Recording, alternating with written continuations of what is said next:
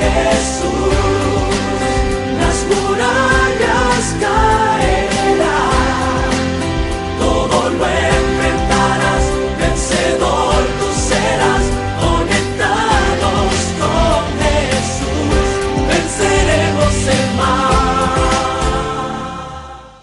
Hey, hola, ¿qué tal? Muy, pero muy buenos días, tengan todos ustedes, jóvenes, que nuevamente nos volvemos a encontrar viernes, fin de semana, y como desde costumbre seguimos conectados con la divina presencia de nuestro buen y maravilloso Dios. La frase del día: el orgullo le encanta trepar, no como Zaqueo para ver a Cristo, sino para ser visto. William Gurnall. Y no se te olvide que el único propósito que tenemos Dianita y yo es ayudarles a ser una mejor persona, pero sobre todo un mejor hijo de Dios. Así que bueno, vamos a conectarnos. Muy bien, y seguimos con la serie Hombres y Mujeres que no pasan de moda. Hoy traemos dos mujeres muy reconocidas dentro de la iglesia de Filipos. Su nombre son Evodia y Síntique. Mi amor, una pequeña reseña. Bien, pero antes de iniciar con Evodia y Síntique, me gustaría mucho, mi amor, que por favor leyéramos Filipenses en el capítulo 4, versículos 2 y 3. Permítame entonces contextualizarles. Resulta que el capítulo 4 inicia con una palabra así que, entonces, por tanto, que en griego es hoste. Pablo está introduciendo el capítulo 4 con la idea del capítulo 3. En el capítulo 3 él viene describiendo su situación. Ahora va a centrar toda la atención en la situación o en el problema o en el conflicto que se estaba suscitando, que se estaba desarrollando en la iglesia de Filipo con estas dos mujeres. Dice la palabra del Señor: ruego. Esta palabra también pues es muy importante, porque en otras versiones ustedes podrán leer como exhorto. Esta palabra exhorto y ruego en griego es parakaleo, que se traduce literalmente del griego como le suplico a Evodia y a Síntique que sean de un mismo sentir en el Señor. Asimismo te ruego también a ti, compañero fiel, o también se puede traducir como compañero de trabajo o como compañero de yugo. Algunos teólogos dicen que es un nombre propio, en griego es súnsubos, pero la verdad es la única vez que aparece esta palabra en el Nuevo Testamento. Así que te ruego también a ti, compañero fiel, que ayudes a estas que combatieron juntamente conmigo una lucha dura, ¿verdad? Pablo hace referencia como a un conflicto bélico o a esa lucha en los deportes, que combatieron conmigo en el Evangelio, con Clemente. Ese Clemente, algunos hombres muy importantes del primer siglo dicen que como Orígenes, como Eusebio, ¿verdad? Dicen que ese era Clemente de Roma. Él escribió una carta por allá a finales del 95 hacia la iglesia de Corinto, pero la verdad, como que no es muy real esta postura. Y también con los demás colaboradores míos, cuyos nombres están en el libro de la vida. Vuelvo y leo el versículo, ¿verdad? Porque hablé de mucho contexto, y dice: ruego a Evodia y a Síntique que sean de un mismo sentir en el Señor. Asimismo te ruego también a ti, compañero fiel, que ayudes a estas que combatieron juntamente conmigo en el Evangelio, con Clemente, también a los demás colaboradores míos, cuyos nombres están escritos en el libro de la vida. Mi amor. Muy bien. Bueno, entonces vemos de que Evodia significa, su nombre significa viaje próspero, ¿ya? Pero también puede significar fragancia agradable. Síntique significa amistad agradable o buena suerte. Estas dos mujeres eran líderes dentro de las iglesias que habían en Filipos. Recordemos. Perdón, pero también se piensa que fueron de las primeras convertidas en la iglesia de Filipos. Ajá. Recordemos que en ese tiempo existían mucho las iglesias domésticas. Exactamente. Entonces, o en casas, ¿verdad? Como para que entiendan los que no saben que es una iglesia doméstica. Entonces vemos de que probablemente estas mujeres eran diaconisas. Ellas eran como las Febe, anfitrionas. Como Febe tal vez, aunque la palabra diaconisa allí cuando se menciona a Febe, es una palabra que no se ha traducido, pero los eruditos le han puesto como sierva, como servidora. Entonces vemos de que estas dos mujeres eran anfitrionas en sus propios hogares y eran las que en sus hogares era donde se reunía la iglesia. Sí. Vemos de que Pablo, al momento en que les habla, les da como un halago, les dice, Sí. bueno, estas mujeres han luchado a mi lado para expandir el evangelio. Mamá, mi amor, no entra como con el hachazo inmediatamente, No, no, ¿verdad? no. Exactamente. Y es más, las compara aún con otros servidores de Pablo. Entonces vemos que estas mujeres fueron realmente una gran herramienta Claro, para una Pablo. ayuda fuerte, Ajá. fuerte. Y en los inicios allí de la iglesia de Filipo. ¿Ves que, mi amor? Mire, las mujeres específicamente en la región de Macedonia, más que en otro lugar del Imperio Romano, tenían mucha libertad. Y pues obviamente esa libertad también la llevó a que tuvieran licencia, ¿verdad? Para ocasionar esa clase de inconvenientes. Pero mira, mi amor, la importancia de las mujeres dentro del ministerio de Pablo es superlativo. Él menciona, mire, me tomé el trabajo de nombrar, o mejor dicho, de investigar a algunas mujeres que le colaboraron fuertemente a Pablo. Febe, ¿verdad? Allá en Roma, María, allá en Cencrea, Trifena y Trifosa, Pérside, Junia, Julia, Priscila, Lidia, Loida, Eunice. Mire, o sea, las mujeres tuvieron un papel significativo dentro del desarrollo de la iglesia. Así que, mi amor, ¿usted tiene algo más? Claro, sí. Ok. Mi amor, algo bien, va a seguir No, con algo, no. bueno, algo importante que nos deja ver el texto aquí en Filipenses 4:2 es de que ambas tenían un conflicto, tenían Sí. cierto inconveniente, ¿no? Un mega conflicto. Entonces, no sabemos cómo surgió el inconveniente, ni sabemos cuál era el inconveniente. Lo que sí podemos como deducir es de que no era doctrinal, porque donde sea doctrinal, pues el mismo Pablo va Inmediatamente. diciéndolo tal cual, Si en su siete carta. judaizantes o gnósticos, exactamente, inmediatamente, si se está tergiversando el evangelio de Cristo, inmediatamente Pablo escribiría, ¿verdad? Exacto. Pero algunos consideran, ¿verdad?, por el contexto del capítulo, que piensan que es por el manejo de la ofrenda que iba destinada a los hermanos necesitados, o los cristianos necesitados allí en Jerusalén, del versículo 10 al 20. Algunos consideran que posiblemente era eso, pero bueno, la verdad no se sabe realmente. Pero que había un problema, un conflicto entre estas dos mujeres, sí lo había, y era muy, muy grave. Era, exactamente, era tan grave que muy probablemente estaba afectando a la iglesia, Sí, a los mismos exactamente. miembros. Entonces era algo delicado. Sí, sí, muy delicado. Sí, mi amor, 3 puntos vamos a tocar, ¿verdad? Así que Exactamente. no se muevan, venimos, ¿verdad?, con el primer punto.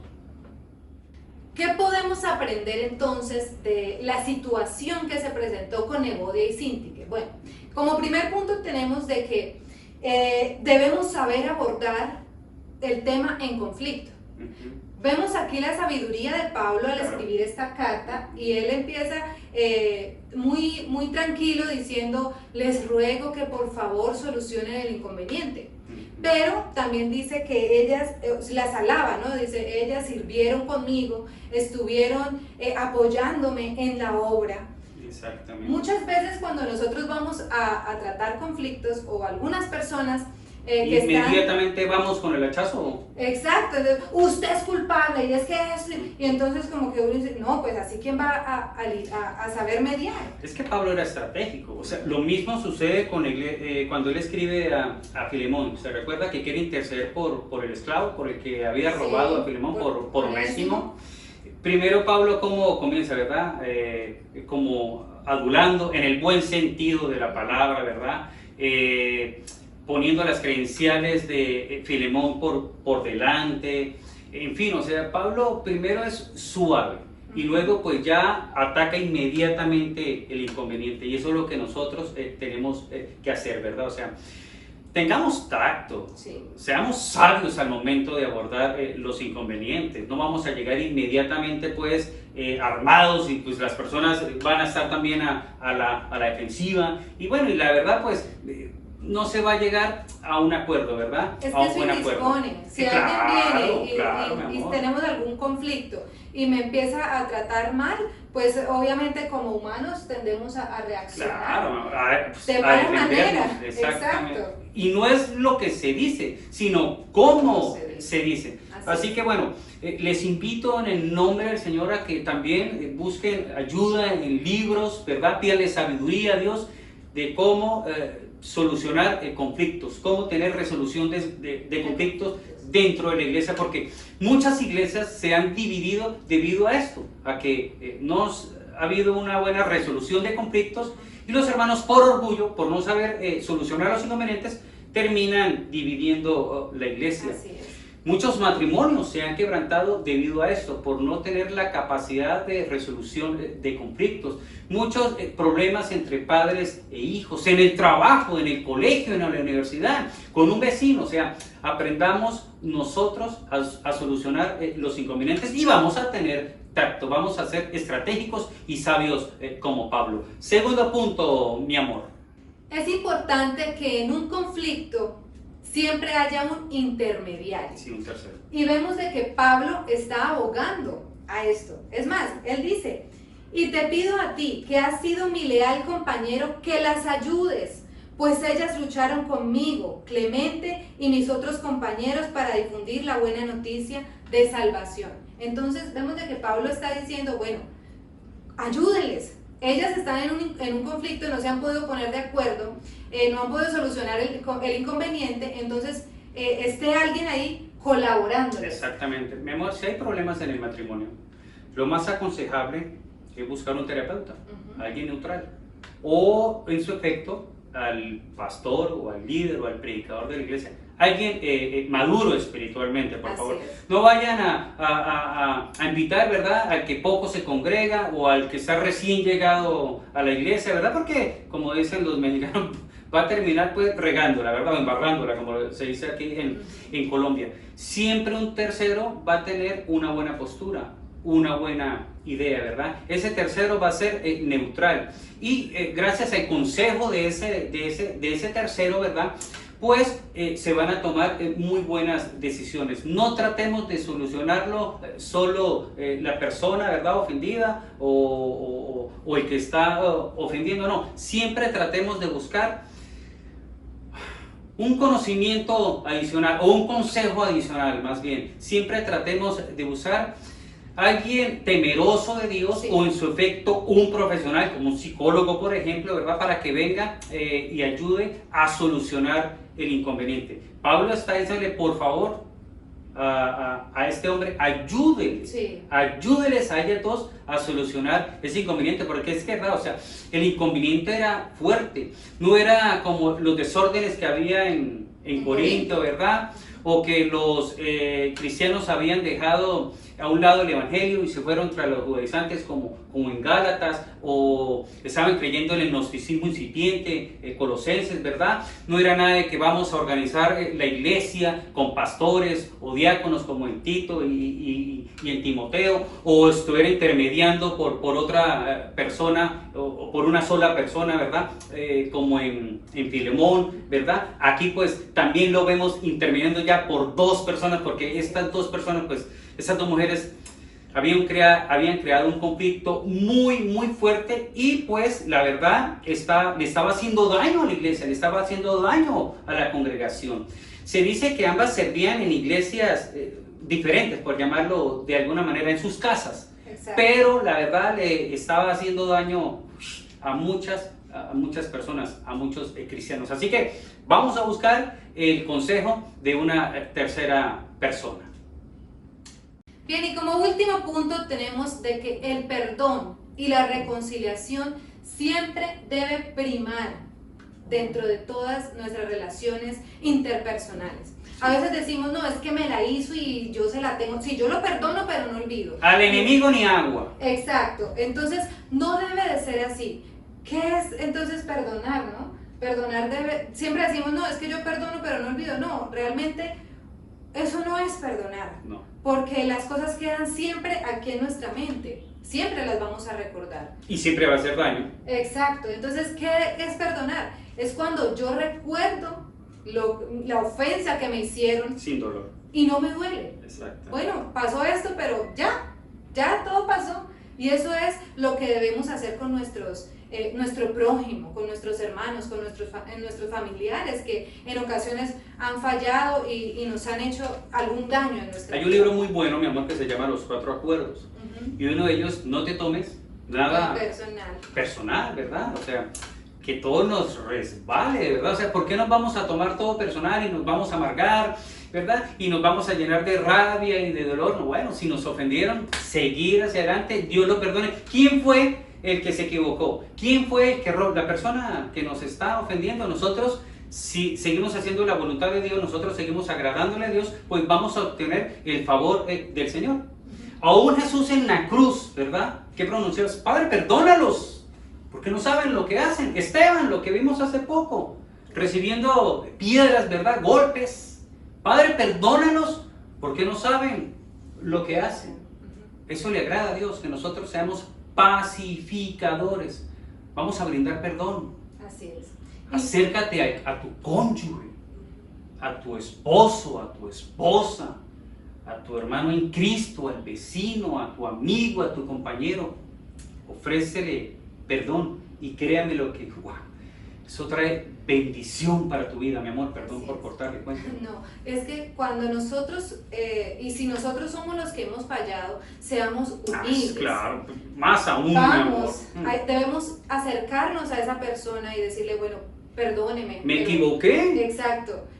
Y que sea algo genuino, de corazón. Sí. A veces para poder tener una relación interpersonal fuerte, a veces necesitamos dar esas muestras de cambio. Sí, es, por ejemplo, si estamos en un matrimonio y yo le fallé a mi esposo, yo tengo que mostrarle muestras de arrepentimiento, sí, decirle, mire, realmente estoy arrepentida y yo quiero que usted me perdone, vamos a buscar la mejor forma de mediar y de que las cosas funcionen. Entonces esto es lo que Dios quiere también, de que nosotros no solamente perdonemos, y aunque cuesta perdonar, a veces también cuesta dar el brazo a torcer y decir, perdóneme.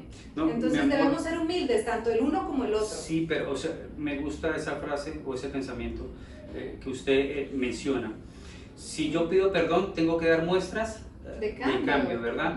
O sea, el perdón no se va a hacer de una vez, no, o sea, a medida que usted me va mostrando, ¿verdad? Un proceso. Exactamente, si usted me ofendió y con el tiempo comienza a cambiar, ¿verdad? Yo me voy dando cuenta de esto. La relación se comienza a afianzar, la relación comienza a fortalecerse, porque digo, sí, verdaderamente está arrepentida, verdaderamente a través de su cambio me está demostrando que ese perdón fue genuino. Exactamente, es genuino. Así que bueno, vamos a perdonarnos, sí, y que fluya el amor en nuestros corazones. Gracias nuevamente por la atención que nos han dispensado, gracias por compartir los videos, gracias por sus likes, nos honran, ¿verdad? Y bueno, le pedimos al Padre Celestial que sigamos creciendo en todo sentido de la palabra. Así que gracia y paz. Ustedes serían tan amables de acompañarnos a orar. Maravilloso y buen Dios, a ti la gloria y la honra y el loor por siempre, Señor. Gracias por permitirnos seguir escudriñando tu palabra, oh Dios. Hoy vimos que tenemos que aprender a ser pacificadores, Señor bueno, a manejar la resolución de conflictos, Dios. Te ruego para que siempre tengamos un corazón dispuesto a perdonar, oh Dios. Un espíritu que siempre esté dispuesto a dar una segunda oportunidad a todo aquel que nos ofende. Ayúdanos, Padre, a fomentar siempre el respeto, el cariño, el perdón, el amor, la comunión, la unidad. Te ruego para que dentro de la familia, dentro de la iglesia, seamos de un mismo espíritu. Te lo rogamos, Padre, en el nombre de Jesús, nombre, sobre todo nombre, por lo cual ustedes, Dianita y yo, con fe, decimos amén y amén. Y recuerden que una buena taza de café en la mañana te despierta, pero el estar conectados con Cristo te da vida. ¡Chao!